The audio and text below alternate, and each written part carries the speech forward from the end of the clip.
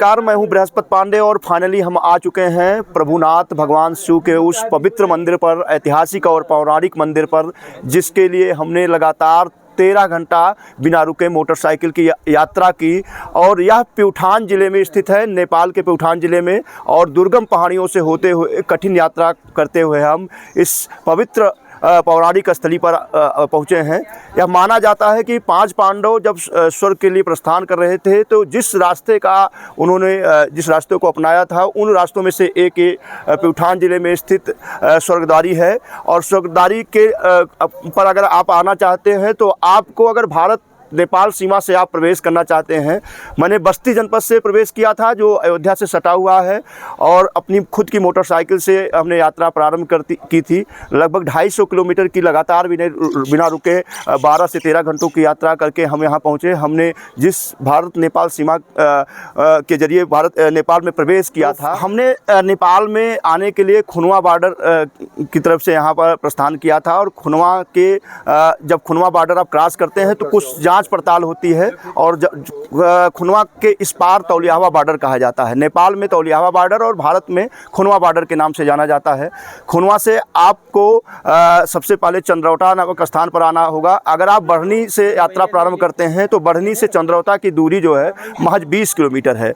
और चंद्रौटा आने के बाद आपको सीधे हाईवे मिलेगा जो आपको भालूबांग ज़िले में ले आएगा। भालूबांग जो है एक ज़िला नहीं, एक कस्बा है, और भालूबांग जो है डांग ज़िले में स्थित है। और यहीं से राप्ती का जो उद्गम हुआ है, जो पूर्वांचल की गंगा मानी जाती है राप्ती, बूढ़ी राप्ती है जो जिसकी वजह से पूर्वांचल में भारी बाढ़ आती है, लेकिन इसको उपजाऊ मिट्टी भी यहाँ से लेकर जाती है। वही राप्ती का उद्गम स्थल भी यहाँ से नज़दीक में है, रोल्पा ज़िले में है, और वहाँ से लगभग 100 किलोमीटर की दूरी पर है। तो मित्रों हम भालूबांग आए, और भालूबांग से हमने प्यूठान के लिए एक रास्ता हाईवे आया हुआ है। हम प्यूठान के लिए हम लोगों ने प्रस्थान किया, और प्यूठान से लगभग 5 घंटे लगातार बिना रुके हम प्यूठान के लिए कर रहे हैं। भालूबांग से बिना रुके हम 5 किलोमीटर की लगातार यात्रा करते रहे, और पहाड़ की सबसे ऊंची चोटी पर स्थित है या स्वर्गद्वारी, जिसको हमने बताया समुद्र तल से 2600 मीटर की ऊंचाई पर है।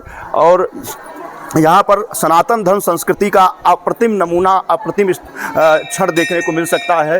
भक्तों की भारी भीड़ लगी रहती है, और आपको यहाँ आने के लिए सबसे पहले अपनी मोटर साइकिल या पब्लिक ट्रांसपोर्ट का सहारा लेना होगा। भगवान शिव का पवित्र शिवलिंग यहाँ पर स्थित है। उनका दर्शन करने मात्र से जो मोक्ष की प्राप्ति होती है, माना जाता है कि यहाँ जो लोग दर्शन करने आते हैं उनको सीधे स्वर्ग की प्राप्ति होती है। बहुत सारी मनोकामना यहाँ पर सनातन धर्म की शिक्षा दी जा सकती है। आप देख सकते हैं छोटे छोटे बच्चे जो है सनातन धर्म की शिक्षा ग्रहण कर रहे हैं। पौराण, वेद, पुराण और सनातन धर्म से जितने भी जुड़े हुए ग्रंथ हैं उनकी शिक्षा यहाँ पर ग्रहण कर रहे हैं बच्चे।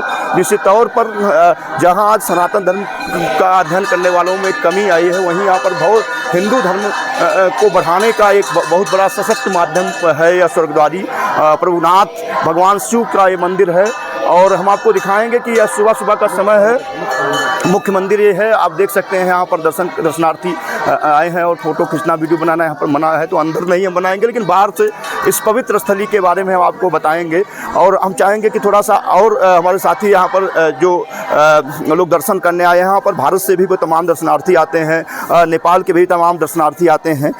तो अगर आप हिल स्टेशनों पर आना चाहते हैं, गर्मियों में भारत की गर्मी से ऊब चुके हैं, तो निश्चित तौर पर यहाँ पर ठंडी ठंडी हवाएं, रात को आप अप्रैल, मई, जून में भी यहाँ पर रात में साल और कंबल और रजाई ओढ़ना पड़ता है। और देख रहे होंगे बहुत सारे लोग यहाँ पर स्वेटर और जैकेट भी पहने हैं। बहुत सारे लोग जो देखिए आप सामने वो जो टोपी लगाए हुए हैं वो भी जैकेट पहने हैं। तो ठंडी लग रही है, लेकिन हम लोगों को उतना पता नहीं था कि इतनी ठंडक होगी। और इस पवित्र स्थली पर आपको आना है तो बाबा जी देखिए बैठे हुए हैं प्रभुनाथ मंदिर पर, और बाबा जी ने दर्शन भी किया होगा। और यहाँ पर रुकने की बहुत अच्छी व्यवस्था है। आपको बता दें कि आप यहाँ पर आश्रम बना हुआ है, बहुत मामूली शुल्क में। हमने भारतीय करेंसी में बात करें, इंडियन करेंसी में बात करें तो लगभग 150 रुपये में यहाँ पर रुकने की व्यवस्था और भोजन की व्यवस्था है। और जो प्रसाद आप यहाँ ग्रहण कर सकते हैं। और प्रभुनाथ आपको आने के लिए बस करना होगा कि भारत नेपाल सीमा से आप बढ़नी बॉर्डर से यहाँ प्रवेश कर सकते हैं, या तौलियावा बॉर्डर से आप यहाँ आ सकते हैं। मित्रों, भगवान शिव का पवित्र मंदिर जो पांडव काल से ताल्लुकात रखता है, पांडव काल से जुड़ा हुआ है। समुद्र तल से 2600 मीटर की ऊंचाई पर स्थित यह मंदिर ऐतिहासिक और पौराणिक दृष्टि से बहुत ही महत्व रखता है। और देख रहे हैं कि यहाँ पर नेपाली जो निर्माण कला है, पाश्चात्य कला है, वो सारी निर्माण कला को ध्यान में रखते हुए यहाँ पर मंदिर का निर्माण किया गया है। और बहुत शांति मिलती है यहाँ पर, ठंडी हवाएं, पूरे साल यहाँ ठंडी हवाएं चलती हैं। और जब ठंडक का ग्रीष्म ऋतु आता है तो यहाँ पर बर्फ़ से चोटियाँ ढकी हुई सफ़ेद चोटियाँ बेहद मनमोहक दृश्य पैदा करती हैं।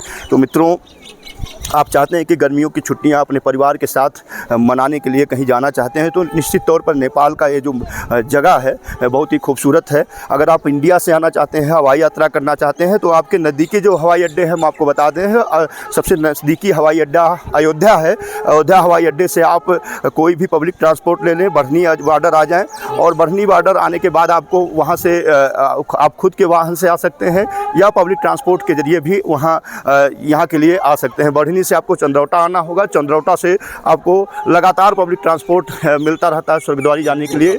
और यहाँ पर सुरभि गौशाला भी बनी हुई है।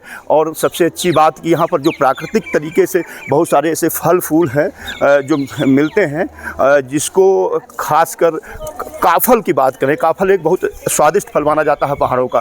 काफल के बहुत बड़े बड़े बाग और पेड़ यहाँ पर हैं, और जब उसमें फलत आती है काफल में तो यहाँ पर लोग उसको प्रसाद के रूप में ग्रहण करते हैं। सुरभि गौशाला आप देख रहे होंगे। और यहाँ से एक बार हम चाहेंगे मंदिर परिसर का विहंगम दृश्य जो है दिखाएं। और बगल में आप देख रहे होंगे कि यहाँ पर ये धर्मशालाएँ बनी हैं, यहाँ पर भोजन प्रसाद ग्रहण करने के लिए व्यवस्था है। और मामूली शुल्क में आप इंडियन करेंसी में भी यहाँ पर कर सकते हैं, और जो है नेपाली करेंसी में भी आप यहाँ पर भुगतान कर सकते हैं। ये सुरभि गौशाला है। और ये गायों का यहाँ पर पालन होता है खुले में। देखिए यहाँ पर गायें टहल रही हैं। इनका जो दूध है या प्रसाद के रूप में किया जाता है। जो छोटी गायें हम अक्सर देखते हैं वीडियो में वायरल होती हैं, देखिए छोटी वो गायें भी यहाँ पर दिख रही होंगी। तो वीडियो में बने रहिए, ऐसे ही हम अप्रतिम और प्राकृतिक धरोहरों से मुलाकात कराएंगे, पौराणिक धरोहरों से भी आपको रूबरू कराते रहेंगे। ये यहाँ की सुरभि गौशाला है, पांडवकालीन स्थल से जुड़े इस स्थान पर है, जिसको स्वर्गद्वारी के नाम से जाना जाता है। स्वर्गद्वारी पर थोड़ा सुबह का समय है और भक्तगण यहाँ पर लगातार दर्शन कर रहे हैं। तो मित्रों, ये सामने जो देख रहे हैं मुख्य मंदिर का परिसर सामने वाला है।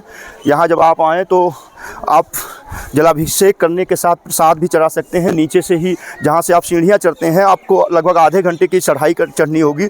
अपनी मोटरसाइकिल, अपना वाहन नीचे खड़ा करना होता है, और लंबी सीढ़ियाँ चढ़कर लगभग आधे से पौन घंटे सीढ़ियाँ चढ़ के आना होगा। और जिनको हार्ट की समस्या है, बीमार हैं, उनके लिए मेरी सलाह है कि यहाँ पर ना आए, क्योंकि बहुत ऊँची पहाड़ी है और पहाड़ों की लंबी चढ़ाई चढ़नी पड़ती है। तो उनके लिए मेरा सजेशन है कि भगवान को वहीं से प्रणाम करें। भगवान का अप्रतिम रूप, भगवान का जो पौराणिक रूप है यहाँ पर दर्शन करने के लिए मिल सकता है। तो बने रहिए। तो हमारे साथी हैं, मैं चाहूँगा कि थोड़ा सा इनका भी विचार ले लेते हैं, क्योंकि लगातार आते रहते हैं। तो आप श्रीधर पांडे जी हैं और सिद्धार्थ नगर से हैं, और हम दोनों लोगों ने साथ में यात्राएँ की हैं। सर, क्या है, कैसे लोग पहुँचें? अगर यहाँ आना चाहें तो किस तरीके से लोग यहाँ पहुँच सकते हैं? देखिए, बहुत ही पौराणिक और आध्यात्मिक शांति का स्थल है। यहाँ पर जो है लोग थोड़ा सा दैनिक जीवन के झंझावातों से थक जाते हैं, वो यहाँ पे आ सकते हैं। इसमें शिव की कृपा प्राप्त होती है, भगवान प्रभुनाथ की, और साथ ही साथ यहाँ का जो प्राकृतिक वातावरण है उसका जो है भरपूर आनंद मिलता है। और इससे क्या होता है कि लोग पूरा तरोताज़ा महसूस करते हैं, और एक जो उनकी ऊर्जा का स्तर है वो काफ़ी बढ़ जाता है। तो इसके लिए 3 बॉर्डर हैं, चाहे तो वो बढ़नी बॉर्डर से आ सकते हैं जो इंडिया में पड़ता है, और कृष्णानगर होते हुए, या फिर सोहरतगढ़ होते हुए सिद्धार्थनगर से खुनवा और जो है तौलिहा बॉर्डर से आ सकते हैं, अथवा सोनौली से भी आने का रास्ता है। इसके साथ साथ नेपालगंज, बहराइच होते हुए भी यहाँ आने का रास्ता है। तो इस तरह से आ सकते हैं, और यहाँ आने के बाद उनको एक अलग तरह की जो है अनुभूति और प्रसन्नता जो है प्राप्त होगी। तो यहाँ पर किसका मंदिर है? ये भगवान भोलेनाथ का मंदिर है, और ये महाभारत कालीन है। और ऐसा कहा जाता है कि पांडव स्वर्ग गमन जो है करते समय इन्हीं रास्तों से होकर गुजरे थे, जो यहाँ की पौराणिक मान्यताएं हैं उसके अनुसार।